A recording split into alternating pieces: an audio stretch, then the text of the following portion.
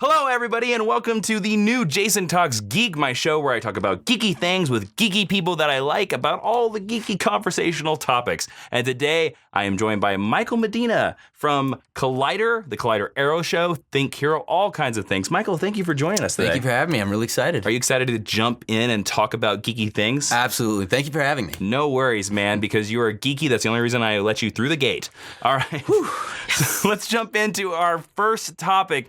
Now, the University of Leicester or Leicester, however you want to say it, they did a study about who they think is the most powerful superhero of all time. Now, Mike, who do you think it is? Who do you think they came down to at the end of the day of the study? Who do they think they said was the most powerful superhero of all time? I'm going to go Rocket Raccoon. That was way wrong. He might be the most furious. Yeah.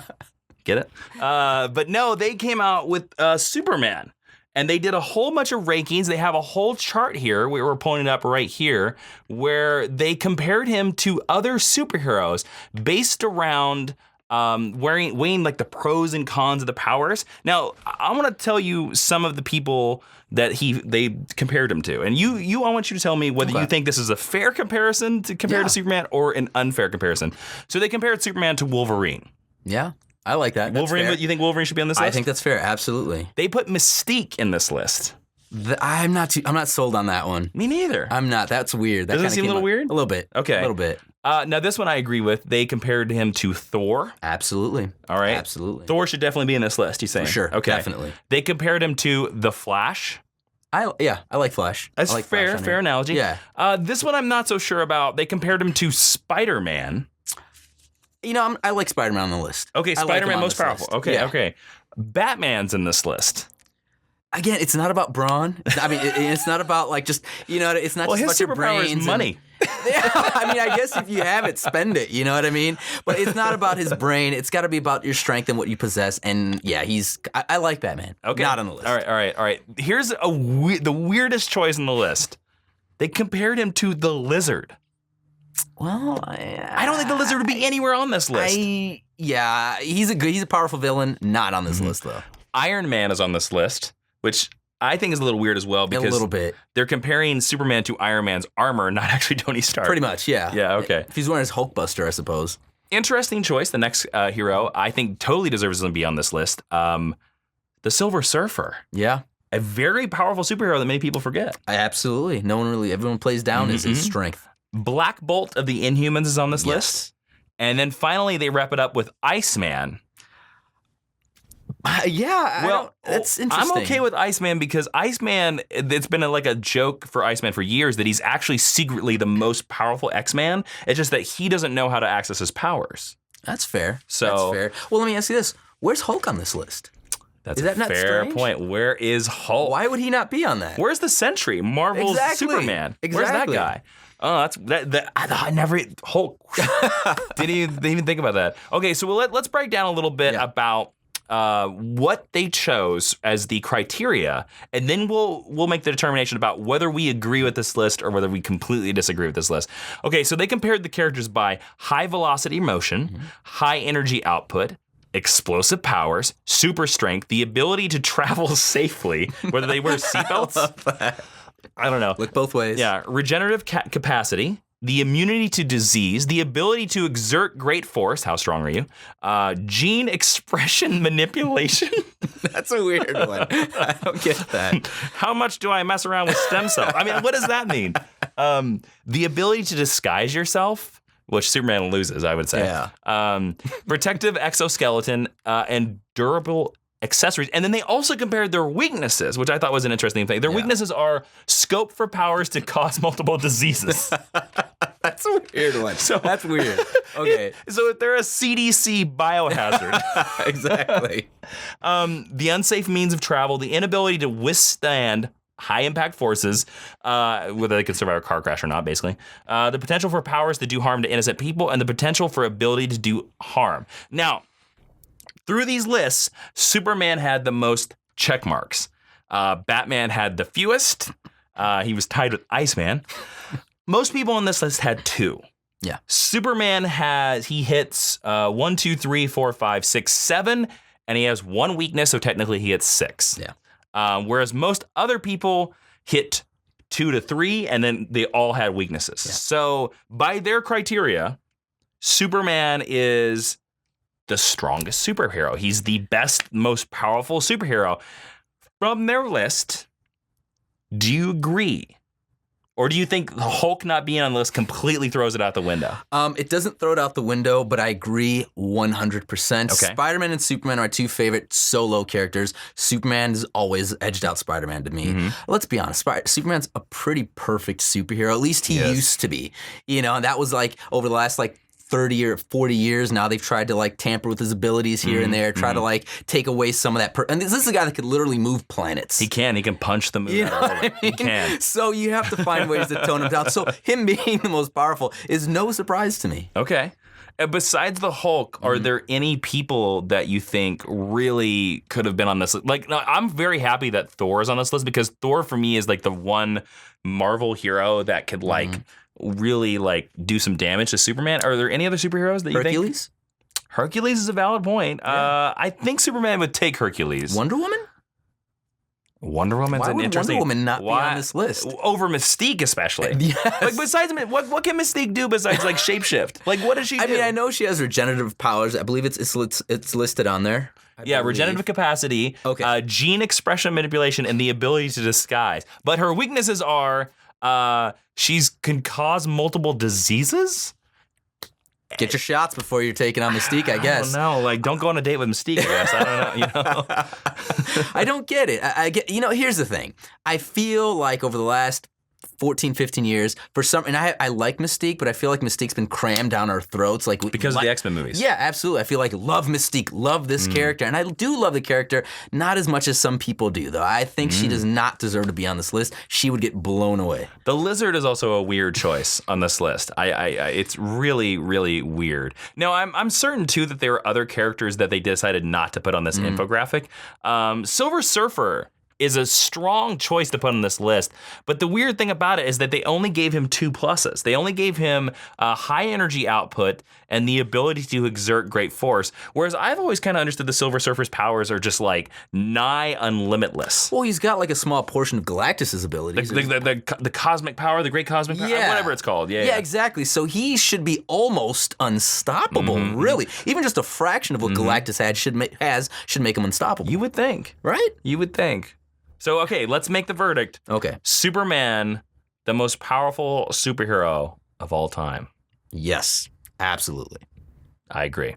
All right, let's move on to the next geek topic, and that is that Spider-Man is getting a new game on the PS4 with a weird costume. He's got a big white spider across his chest. I don't know how we think about that. Now, Insomniac... It's growing on me. Oh, you like the footage they've shown? It's growing it. The game looks great. The spider logo's growing on me. Well, the game company's called it Insomniac. They released this new game. I mean, Spider-Man games, for me, past Spider-Man games have been either really awesome or really terrible. Yeah. And there's no in between. That's very true. The free, Spider-Man 2, I think the Tobey Maguire tie-in game changed everybody's world because, you were Spider-Man. You could go anywhere in New York. Yeah. And it was amazing. I love the Ultimate Spider-Man game. That's another good one. That was a lot of fun. Has cell shading, and it's tied into the storyline of the comic books. That was a good one. I think we all can agree that there's one of the ones, Edge of Darkness, I think is one of them, where you can be the alternate Spider-Mans, where it's about a 50% okay Something game. like that, yeah. Yeah, but so let's talk about... Let's just say that Spider-Man has a 50-50 record on video games, okay? He hasn't become perfect like Batman has since the Arkham Knight series started, where we just I don't care what you say about Arkham Origins, I think it's a great game. I enjoyed it. It's a fun game, that's all you need. It's not as good as the other ones, but it's fine. It's fine. What would be your pitch for the perfect Spider-Man video game? So what would be what's the storyline you want us to do? What's some special features in it? Just let's vamp a little bit and maybe we can convince Insomniac to change their game. Yeah, let's do that. Okay, so one of the biggest issues I've had with a lot of Spider-Man games is at times they feel a little repetitive to me. Okay. Just kind of, so I want something that's very heavily story-driven. Arkham City is still my favorite Arkham game. of the bunch. I loved Arkham Asylum. Arkham City just knocked me on my ass. I'd never played a game like that. Like, Origins is a great game. Arkham, oh my goodness. Arkham Knight. Arkham Knight. Great fun as well, but I feel like as good as they are, it feels like more of the same. Arkham City is the first one that really just blew me away. Yeah. So I'd want something story-driven, heavily story-driven like that. My pitch is to do a video game adaptation of Kraven's Last Hunt. A very interesting choice. Okay, all right, let's hear it. Let's hear it. Okay, I mean, I wouldn't end most of my video games with suicide, but sure. yeah. So, but that's what I love about it, though, because it's suicide. Oh, we need more. Okay. All right. We need more suicide. We need more suicide. Oh, okay. And we don't mean to joke about that very sensitive matter. Absolutely. But okay. Completely unrelated. If you've ever read Kraven's Last Hunt, you know what we're talking about. Exactly. All right. Okay, so when you think of Spider-Man, this is a character that has endured a lot of tragedy. Totally. But when you think of Spider-Man, you think loud, bright colors. He's a fun character, right? This is not a fun story. No. At all. No, it's not. It is dark. And the truth is, I think it's safe to say we're not going to get this story on the big screen. Probably not. Exactly. Especially for the fact that we've never seen Iron Man's alcoholism, which is the major Iron Man storyline. I would say we're probably never going to see Kraven the Hunter's suicide on screen. It's not. It'll probably never happen. No. Exactly. So a video game, you can do whatever. You see what they did with Arkham City. You saw how dark that went at times. Yeah. And so to get something like this, now obviously, if you read the story, it's basically just Kraven and this character, a vermin. Yeah. It's like this human rat, concoction, whatever. That's the best way to just a human rat concoction. Concoction, that's it. So so obviously you need more of that in the game. So I'd say run them through some sort of a gauntlet. I know there was that gauntlet storyline a few years back. Called the Gauntlet. Called the Gauntlet. Yeah. So run him through something like that where he can go up against a few big name villains as well as some maybe like minor ones and kind of eventually work his way up to Vermin is horrible. Whatever. But work his way up. He could work in a video game though. He could work in a video game. Yes, he could. But then ultimately lead him up to Kraven and then the suicide. I mean, you'd find a way to do that. It'd be a dark tone, completely different from any Spider-Man game we have ever It'd be played. really moody. Absolutely. It'd be really moody. Rocksteady that makes the Arkham Knight series would be great for that, actually. Absolutely. It'd be really good for that. Interesting. Yeah. Kraven's Last Hunt. Kraven's Last Hunt. Wow. Make it happen. Wow. I don't think Insomniac's going to do that. But, the game that I would pitch, and go with me. Okay. The Clone Saga. And now everybody does that when you mention the Clone Saga, but it is a convoluted, terrible '90s storyline where basically Ben Reilly shows up and he's like, "I've been the real Peter Parker for years," and you found out that he is, and the Peter Parker that we've been following since the '70s, you find out he's a clone, and then eventually there's too many Spider-Man clones. The Jackal shows up, and then it's all undone by the Green Goblin. Now, yes, that's convoluted as a comic storyline, but it's perfect for a video game, and here's why, right? Okay, so you start out the game as Spider-Man, right? Good. And I'm going to pull some of the Ultimate Clone Saga storyline in from the Ultimate Spider-Man series. And in that series, Peter met a bunch of different clones, and they all had different powers. So the Scorpion in the Ultimate Universe is actually a Peter Parker clone that has there's sort of a Dr. Octopus Peter Parker clone. So the idea is that each level, free roaming, you can go around New York, but each level, you're going to encounter a different clone of you. A different clone of Spider-Man with a different costume and a different power set, right? Okay. And you're going to have to fight them. Then the game's going to stop. And suddenly you're going to see a cinema or whatever, and you're going to see that clone being born. Huh. And then you play as that clone, and you have to free roam and do a bunch of stuff until the end of that level is that you have to fight normal Spider-Man. Now, here's the twist of the game. The game is going to remember how you played. And that'd be kind of cool. Your fighting style against yourself. That's cool. So each level, you're fighting against yourself, bringing the Clone Saga to a true metaphor until you go all the way to the end and you have to fight the Green Goblin. And he's the only boss that won't be mimicking yourself. So it's funny, you're going to have to learn about yourself each time you play the level to be like, oh, how did I fight that? Or how did I do that? So you're fighting yourself the entire game, and it's all these different Spider-Mans, all different costumes, different powers. That's the Clone Saga, again, You scowled, but I think it'd make it a brilliant, weird video game. I think it'd be great. I think it's a great concept. Yeah, and it see? really lends itself well to a video game. Yeah, you're fighting yourself, Sam. There you go. All right, let's move on to the next geek topic. It was announced that Wild Dog and Citizen Steel are going to be joining the CW TV universe. Don't clap so fast. So Minority Report star Nick Zano is going to join the cast of DC's Legends of Tomorrow as Nate Haywood, which is better known to comic fans as Citizen Steel from the Justice Society of America, because that was the big twist of Legends of Tomorrow. And then also Wild Dog, the vigilante, was just cast in Arrow. And now if you don't know who Wild Dog is, he's this guy with this mask. He appeared in 1987. He was one of the first superheroes created after Crisis on Infinite Earth. He was actually created by the guy, Max Allan Collins, the guy who wrote Road to Perdition. Seriously, the guy who wrote Road to Perdition, not the movie, the comic book, created Wild Dog.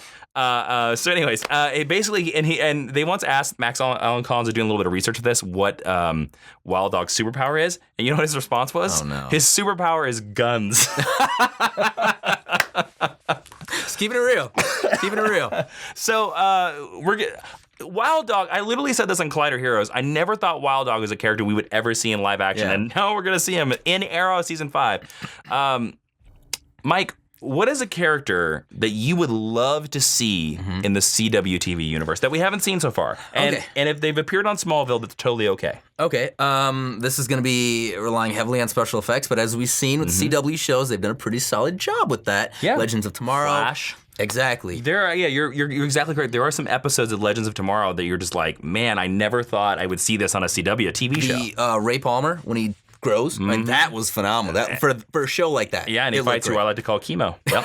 Right, absolutely. I didn't think about that. He's Chemo. That's so true. The producers have said he's not Chemo, but he's Chemo. He's Chemo. So there you go. So I'd love to see Hal Jordan. We're not Green getting Lantern Hal Green Jordan. Lantern. Yes, we're Do you not. want him to be on Arrow? Yeah, kind of has to be, right? He has to be. Green Lantern, Green Arrow. The I hard mean, traveling heroes. come on, right? Okay, so why of all the characters, Okay. Hal Jordan? Because I don't think you're going to get Hal Jordan because of the movies. Well, right, okay, he's not in the films now, and you're probably right. We probably won't get him, but we're not seeing any Hal Jordan yet. We have to assume we'll get him, though. But again, I'm just like, I don't know, I think about the Neil Adams 70s run and just how pivotal of a series that was for that time as well, dealing with, like, hard topics of the era, with, like, you know, Speedy and his drug addiction, and that would just be really Would cool. you do the Speedy drug addiction storyline with Thea? I don't see why not. Or would you do it with Roy? It'd probably be better with Roy. It'd be better with Roy, Yeah. but I'd say she's Speedy. I'd just go with her. Okay, I would be all right. fine with it. Okay, I'd be okay. fine with that. But you know what? Even if it was just like maybe 1 or 2 episodes, it's not like he'd be a recurring character, but I'd be Interesting. fine for 1 or 2. Now let me throw this at you. Yeah. Do you think it would be a little weird because Arrow's past season was all about magicy stuff, Yeah. which sometimes played really well, sometimes really didn't. Do you think introducing Arrow into a world of aliens is a good call? Yes, maybe it might be a little weird on the show itself, but I'm thinking crossover. Oh, You know, we're gonna get a bunch of those. So how? So we do know that So if this is the 4-part Legends crossover, this Exactly. is your character. Hal Jordan shows up. Exactly. Oh, Even okay. as a cameo, but we kind of like there would have to be that nod to Green Lantern, Green Arrow. Like I would not be happy if we didn't get that. Nice. But yeah, that'd be fun. Nice. Side note, Oh. I'd love to see Damian. Damian is Damian Wayne. Damian Wayne. The fifth Robin. Fourth. Wait. Fifth. Dick, Jason, Tim, Damian. Stephanie. Oh yeah, I forgot Stephanie, about her. And Yes, then you're Damian. right. Then Damian. And yeah, then you're right. if you can't count Carrie Kelly, because No. a lot of people will put Carrie Kelly right here, but no, she's an alternate reality. So Yes, So absolutely. Damian's the 5th Robin. He's a lot of fun. Yeah. He's a great character. I love that run when Dick was Batman and just the two of them together were so much fun. Batman and Robin, the series Yes, called Batman. I love that absolutely. series. It was a great series. Issue number 1 came out on my birthday several years ago, and Really? I was like, yes, I've got Happy every birthday to single. you. Hey, it was a happy birthday to me. Dick Grayson's my favorite comic book character of all time. So when he became Batman, I was like, I'm in. Damian Wayne would be an interesting choice. Man, I don't see them. I don't see it them happening. ever doing No. it. I don't see them ever doing it. If I was to pick a character that I really wanted to see on CW, I'm gonna go with Zatanna. Yes. And I want to see Zatanna on Legends. Now, there were a lot of Easter eggs to Zatanna and her father, Zatara. She's the magician of the Justice League, if you don't know, on Constantine. Now, the Constantine show is sort of loosely in the CW universe because Matt Ryan had played Constantine on the show. So to me, I think Zatanna would be an interesting choice, but I don't want to put Zatanna on Arrow. I want to put Zatanna on Legends of Tomorrow. I want them to like go to like the 70s or the 80s and encounter Zatanna there. Oh, really? Yeah, like put her a little bit in the past. That way you can like have her be in the top hat and have her be in this stuff, and her outfit won't be silly. Or they could do a thing where you could twist it like that. You could have Legends hop through multiple so they go to the 60s, they go to the 80s, they go to the 90s, and they see her in every time period, and she has her 70s costume, her 80s costume, and her 90s costume. And then it becomes the mystery where, well, how is she around? And she's like, well, she can either be like magic, or she'd just be like, I have a magic spell that makes me young. Who cares? You could do so many things with Zatanna, and I think it would be an interesting twist because it would bring in this aspect to the show where Rip Hunter's like, I don't understand magic. We know magic exists in that world now because of Arrow. So I think mix it with the sci-fi. Don't do it too heavy in the sci-fi. Yeah. You know, but her like magic powers are very light. So I think that would be, and she's already appeared on Smallville. Yes, she has. So it's already proved that you can sort of make her work on a small screen. I like that. I love Zatanna. That'd be fun. You'd think that's a natural progression for Arrow, but I like that. Legends. It works. Okay. Now, before we hit the next section, fast forward, which is something we didn't do last week, but we're going to introduce this week, I want to talk about the support of Geek stuff. So if you guys know about this show, and our other show, Jason Talks More, happened because of you guys over at Patreon. You can go to patreon.com/Jawiin, support all the stuff that we do here, but some of our Patreons are going to get more of Jason Talks Geek, which is called Jason Talks More with Michael here. 5 more minutes of him. All my Patreons Who doesn't want that? Yeah, who doesn't want more Mike? Come on, look at that jacket. Who doesn't want it? You're going to get 5 more minutes of Mike talking about more geeky stuff, and my Patreons are going to get to see it 2 weeks before everybody else on YouTube. And if you want to see it early, you got to go to patreon.com/Jawiin, become one of the excellent Patreons. I'm pretty excited. I think it's going to be some Voltron talk. Oh, yeah. That's what it's going to be. So if you like Voltron, and then also you get all kinds of extra perks, including Geek History Lesson, which is our podcast. So everybody that supports us at patreon.com/Jawiin, thank you for your support. You want to see more of this guy, go there. And let's move on to the next section, Fast Forward, which is something that we didn't do last week, but I want to introduce it in here. And that's where we're going to fastly talk about stuff, little news things that, we didn't think created a whole discussion. Just little discussion. So very quickly, like a yes or no, or I like this or I don't like this. Let's talk about Fast Forward. Quick thoughts about tiny things. Michael, it's been revealed that X-23 is going to be in the next Wolverine movie that's just going to be called Weapon X, probably. Wolverine Weapon X, something like that. Good move or bad move? What do you think? I say good move. She's a fantastic character. I love her ongoing series. I love her as comic book. Are you reading all new Wolverine? Absolutely. So and good. I'm loving her as Wolverine. I buy that 100%. She's a fantastic character. Nice. So good move. Great move. All right, cool. Great move. Let's talk about, it has been revealed in the Wonder Woman movie that there is no invisible jet in the Wonder Woman movie. Good move or bad move? Good move. Is this really a shocker? It's a little corny. It's great, but it's corny, right? I mean, I wanted it.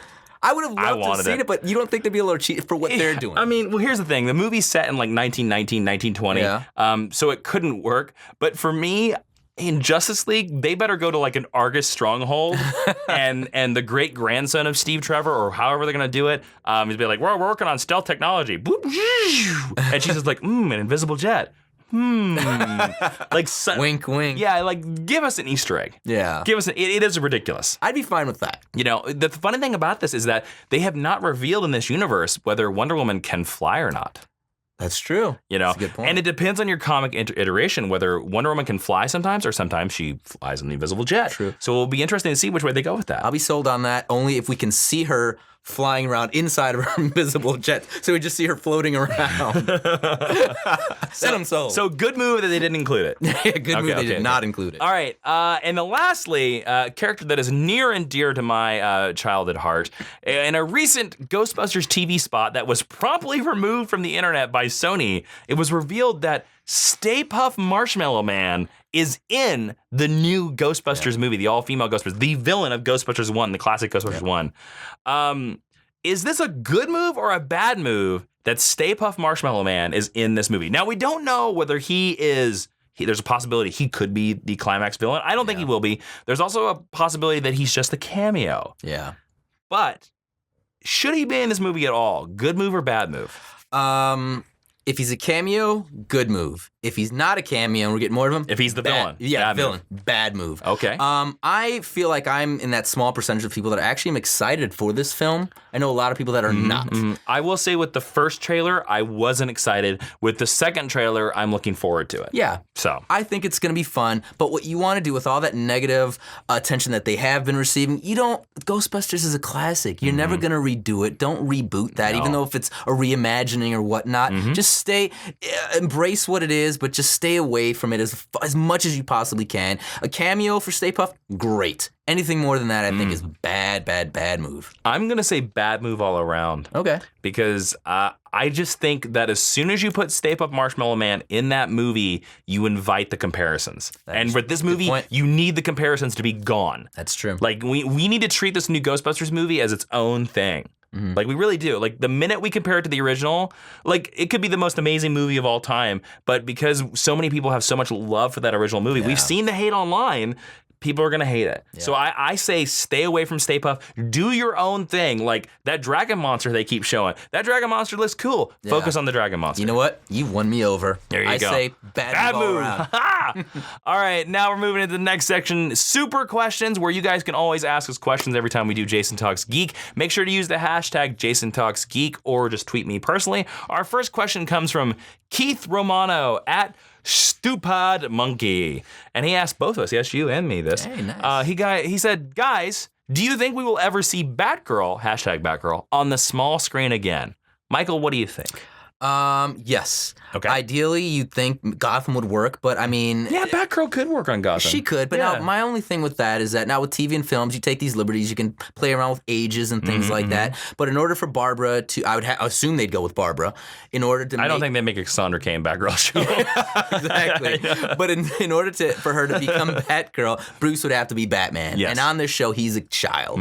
So that would never work. So I would like to see, and again, I hate to always go back to CW, but that's kind of become the place for DC shows. Interesting. Introduce her, maybe an alternate universe, because we have seen that with the Speed Force. We have seen Flash do this stuff. Even if it's just like for a scene, or maybe an episode, whatever you want to do, you can have a character. Hell, you don't even have to mention her as Batgirl. No. You know, you don't have to go that route, but I could see her popping up on a CW show. You know, I could really see them...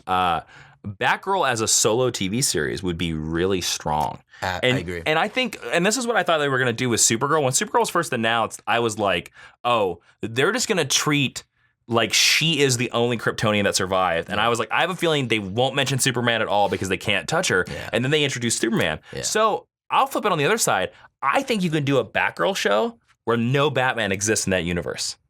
Because just give her part of the origin, so have her mother be shot, and Commissioner Gordon stays alive, and he deals with his job by becoming the best cop ever. She deals with it by putting on a bat costume and fighting crime. And I think if you inspire it by like the Brendan Fletcher New 52 run that just happened with that really cool purple costume, like that costume would totally work on the small screen. I think you can keep it low budget enough and have it connected enough to the Batman universe without Batman being in it, and I think you could totally make it work. Let me ask you this. Is this an alternate universe, or we're just ignoring that altogether? Why not? Why not? There's no reason. Like the multiverse, the DC multiverse allows you to do so many things that you can do a Batman show where Batman doesn't exist, or you could flip it this way.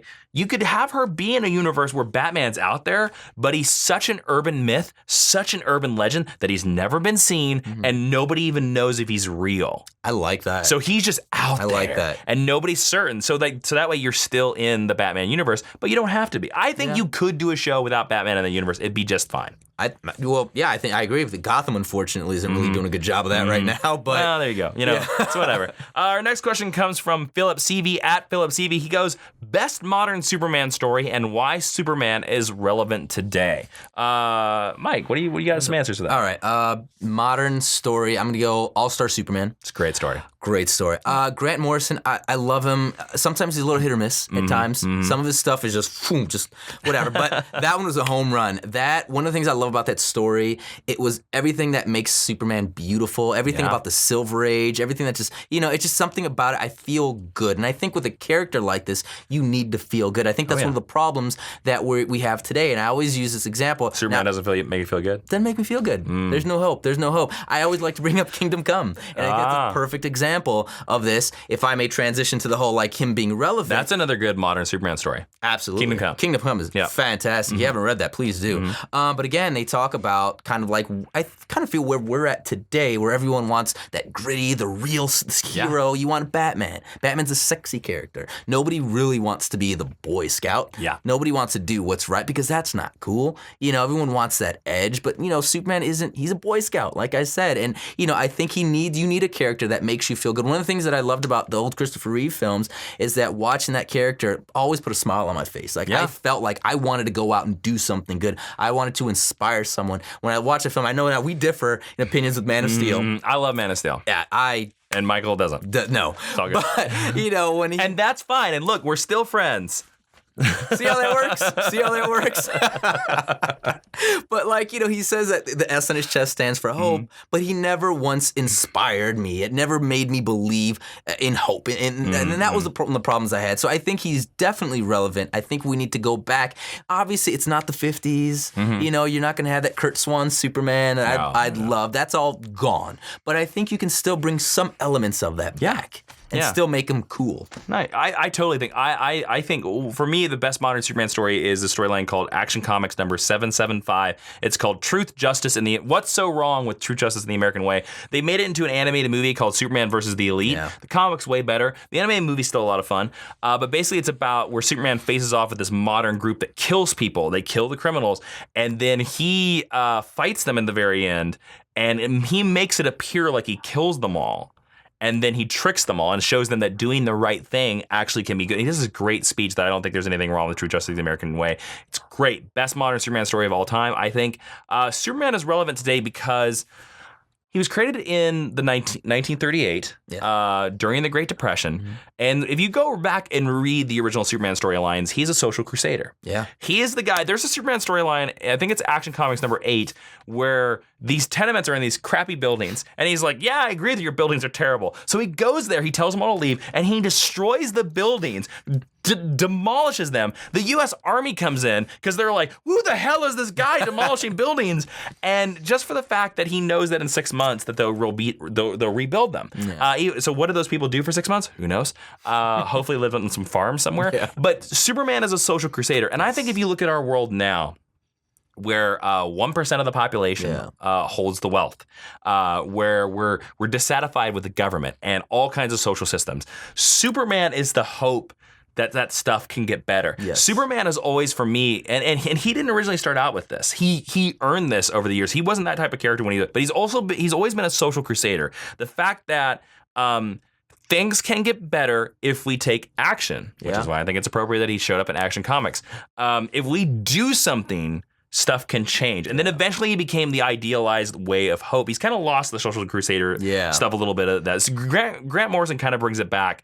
That's something that I miss in my Superman, the social crusader aspect of it. I want him to be the voice of the little man. Exactly. And I think that now more than ever, we totally need the representation, the voice of the little man, because he grew up a poor Kansas farmer. He's technically an immigrant. And he's an immigrant.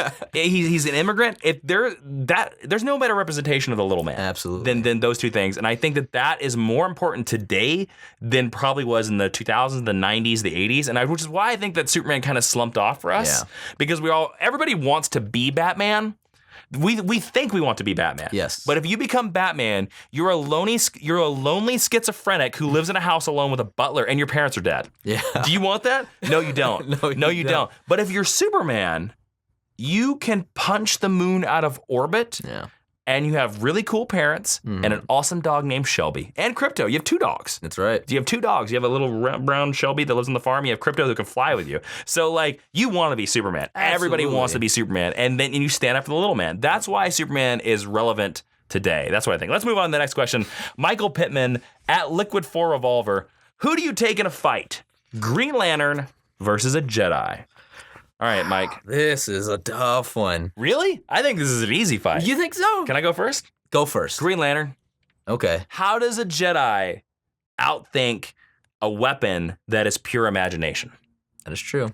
How does the Force stop that? I don't care how much Force you have. And let's say it's Darth Vader or Emperor Palpatine, the strongest Force user, Yoda. Okay, it's Yoda. Yoda versus Hal Jordan. Yoda is calm, and yes, he can, Jedi powers of telekinesis, and he sort of can look into the future. But if I'm throwing you everything I can, imagination at you, how do you stop that with the Force? That's a tough call. But with the Force, it controls everything around you. So if let's say you're Vader going up against Hal Jordan. Okay. And you want to Force choke Hal Jordan right before he can hit you with like a big old, boxing glove or something like that. You could do that. Mm-hmm. You're fast enough. Mm-hmm. You can, Force choke him. You can grab stuff, throw it at him. There's ways around that. Now, that's the thing. Let's say he's choking you or any Green Lanterns like got something around you, whatever. Mm-hmm. You can easily find a way. I think by depending on how strong you are with the Force, I think you can break that character's will. If I think you can do that. Interesting. And I would say just the opposite. I would think that the will could beat the Force because you were saying Vader could Force choke somebody, and I think that Green Lantern could slip something in there with their Force of will and get past it. Make for a good fight, I think. I don't know. I think Green Lantern, you think Jedi. That's a tough one. That's a tough one. Interesting. Okay. Let's move on. Guys, remember, send your fan questions at Jason Talks Geek, hashtag Jason Talks Geek, and we'll talk about them, stuff like that. Let's move on to the last section of the show, the quick review, where we're talking about one quick thing that we read, watched, or listened that we think is really cool, made an impact on us. Mike, what's something in the past week that really made an impression on you want to share with the watchers? Over the weekend, I watched Voltron, Legendary Defender on Netflix. I grew up a huge Voltron fan. This was such a great nod to the old series. If you guys watched it, you know what I'm talking about. If you haven't, it's a great jumping on point. It's basically a reimagining of the series. It's phenomenal. It is so much fun. So if you've never tried Voltron, they should go for that. Absolutely. Studio Mir drew, we had Legend of Korra. If you guys didn't watch that, it's a fantastic show. Great show. I loved it. So fantastic. Home run. Go check it out. Nice. The thing that made the impression the most on me is Superman #1, right here, written by Peter J. Tomasi and drawn by Patrick Gleason. Let me show you a double-page spread in this book. Look at that. Look at that. That's hope. That is fantastic right there. This issue brought me more joy than any Superman comic book I read in years. That's saying a lot. I put this down and I was like, wow, there is emotion in this, and I think it is a great jumping on point. If you've been wanting to stay away from Superman for a couple years, or you haven't read Superman in a couple years, is what I'm saying, this is the book to get you back into it. There is a little bit of a reader, you got to know a little bit of things in there, but I think your friends can explain it. I think you can figure it out by reading the book. Great character moments. I'm really excited for where this run's going to go. This is an amazing Superman. Look at that. Freaking amazing cover, guys. It's a great looking cover. Fantastic. All right. All you have to do is just get past that Superman has a son now. Superman has a son, and he's married with Lois Lane. Just roll with it. All right, that's it. And speaking of rolling with it, we're going to close out this episode of Jason Talks Geek. Thank you guys so much for watching. The iTunes version of this show is coming soon, so just be patient. And don't forget to check out all the other stuff that we do, and also check out the stuff that this guy is doing. Mike, if they are interested in your thoughts about how a Jedi can somehow beat a Green Lantern, where can they find you? Where can they follow you? Tell these folks. All right. Well, on Twitter, you can find me at Mr. Michael Alexis. On Instagram, at Mr. Michael Alexis14. You can also find me on Think Hero. You were the 14th Mr. Michael Alexis? I was the 14th. The 14th son. All right. Think Hero Pro, where we talk all things geeky and nerdy. You can find me there. Great. All right, guys, don't forget to follow Geek History Lesson on iTunes and Stitcher, and check out our Game of Thrones reviews every single week here on this channel. Don't forget to subscribe. I'm Jason Inman, and I'll be seeing you all next week.